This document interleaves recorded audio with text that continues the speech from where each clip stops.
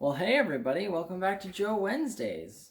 I know things look so different right now. Hey, so I got a tripod for a Christmas present. Thank you very much for it, by the way. And yeah, so I also came with a little clicker so I can do stuff like this. I can stop and start whenever I want to now. But anyway, so I'm playing around with locations right now. I kind of like this one. I can actually show like my desk setup and whatnot, but don't look at the mess on the actual like bottom of the desk because I haven't had a chance to clean it up yet. But that's alright. What can you do? Anyway, what else is new? Happy New Year's Eve. We're getting ready to be done with 2020 finally. I'm sure a lot of people are very excited about that. Don't jinx it though.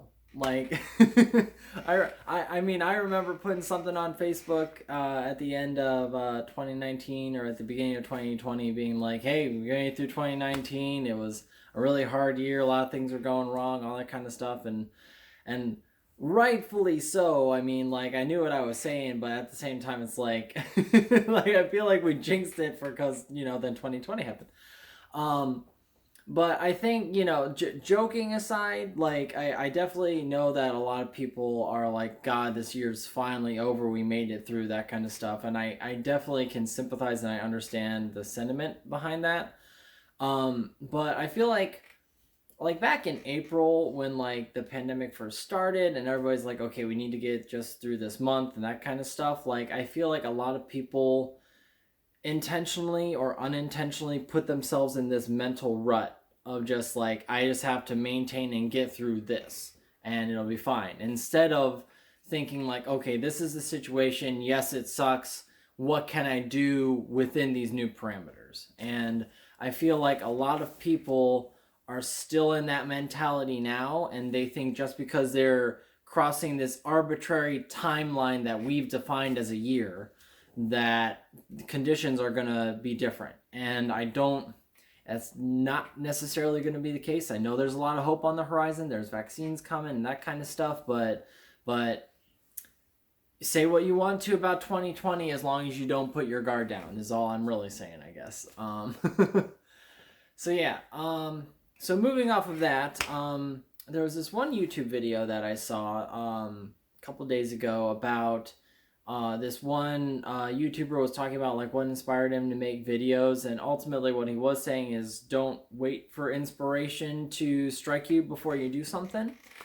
And it got me kind of thinking of stuff, and it kind of got me on this weird thought process. So I thought today I'd try to flex a little bit of a storytelling muscle that I don't typically try to.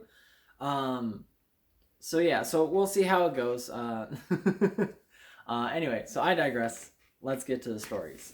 So my first story. Back when I was in college, a group of people at the Catholic Newman group that I was a part of asked me if I wanted to join them for a game of Ultimate Frisbee. Now, I had played a few times, but I honestly wasn't that experienced in the game, so I'm like, I'm mostly just, as long as you can, as long as I can just join for fun or whatever, that's fine, but I mean, I'm not really that, technically good at it or anything like that, so, but, it was just kind of an open play thing, so I joined them, and, like, this was around the time where I was maybe a year or two into my martial arts training, and I definitely know that, like I think I think I trained total for like 5 years, and around like year 4 was probably the best physical condition I've ever been in my entire life. So 2 years into it, I was at least on my way on that track. And the reason I mention any of that is because like during this game, it was pretty wet, pretty cold, not the best conditions, and people weren't exactly happy to keep the game going. So my team captain Matt was like, okay, whoever scores the next point will win the game, and we'll just call it from there. And so like this last play, we're moving down the field, and so I just start running for the end zone. And Matt gets the frisbee, and he just launches it. Like, it goes way over my head. It goes way over all the people that were around me, over their heads. It's going and going and going. And I don't know, like, what was, like, clicking in my head when but it seemed like everything was kind of in slow motion for like the split seconds after it had gone overhead, where like I could tell that all the people around me had basically given up, like, oh, it's a dead ball, it's going over everybody's head, who cares, we're not going to go get it. So like I could kind of tell that they were walking away slowly, and I looked at the frisbee, and just something in my head just clicked on and was like, I can get that. So I start bolting down the field at this frisbee, and like, like ultimate frisbee end zones have like running end zones, so there's no like end to it, so as long as you're in the side boundaries, you can just keep going and going and going, right? And so I'm just like a bat out of hell, just sprinting after this frisbee. It's coming down, down, down, down, down, and like it's like at least at waist level by the time I even get anywhere close to it. And I suddenly like stop and I just dive at it, and I'm like parallel with the ground, diving at it. I somehow catch the frisbee and still have enough time to turn 180 and hold it up over my head while I'm sliding on the ground on my back. And it was probably like the most amazing physical feat in a sport I had ever done, ever. And of course of course everybody had given up on the play, so no one was even looking, except like maybe a few handfuls of people on my team were like, oh, he got it. And so like I'm holding it up like, oh man, like, yeah, I caught it, woo! And it's like no one else has just got like, oh, they were like, I guess the game is over. Okay, let's go home. And it was so like lackluster, anticlimactic from everybody else on the team. But I was damn proud of what I did. But I didn't think I could do anything like that before. And like I said, just something like clicked in the moment where I was like, I can do that. Let's go. Okay, so I'm trying to sort out technical difficulties with this remote. Apparently, it sends signals if it goes into sleep and it turns off the feed. So, stuff I gotta work out. But it's new. It's my first try with it. So, we'll just chalk it up to the first round and go with that. But anyway, story number 2. So, about 3 years into my martial arts training, I was out on a Saturday at my school, and the master of the school had the school like right on his personal property, but this property was like 40 acres that he had. So like on Saturdays he would just kind of keep the school open for like open work parties, and you could stay there to help. It was basically like just helping to maintain the property, like mowing grass, that kind of stuff. He did a lot of like cutting trails through like all over the place, and I mean like.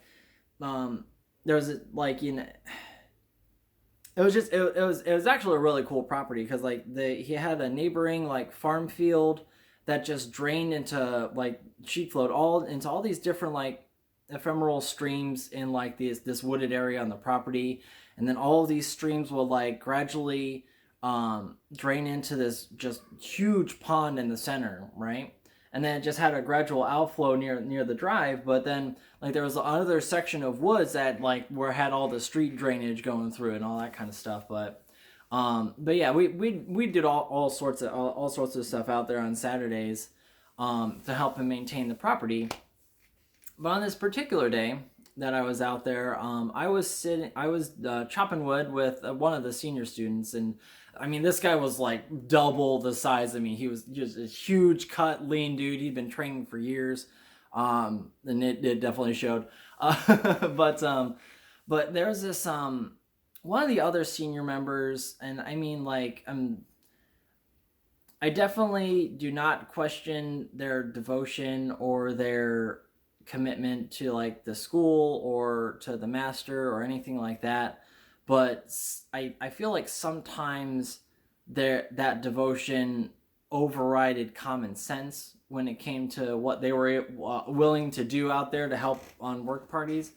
Because this particular day, they were driving their truck through the paths to kind of transport. They had some mulch or something in the back of their truck, and they were driving it across one of the bridges that we had built out there. And with how damp it is naturally out there because of all the storm water that runs through there on a regular basis. Like they ended up like catching their tire on the side of the bridge, and like with all the like clay and dirt that was around there, like the truck just started sliding into the little ravine.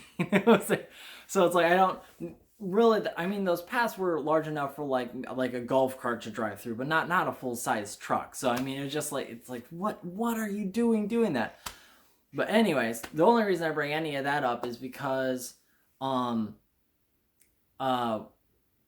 we got notified that they got stuck, and they asked us to grab some of these wooden planks that were sitting by the bonfire area and like to take them over to where the truck was to help give us something to put it under the tire so it could get out. And like these were not like they were at least like I don't know, like probably 8x4s and by like at least 10 feet long or something like that. And the senior guy that I was cutting wood with, he grabbed one, threw it over his shoulder, and just started running. And we were on one side of this huge pond, and we had to go all the way around to the other side. And like they asked me to grab the other, and I'm like, okay, I just gotta do it.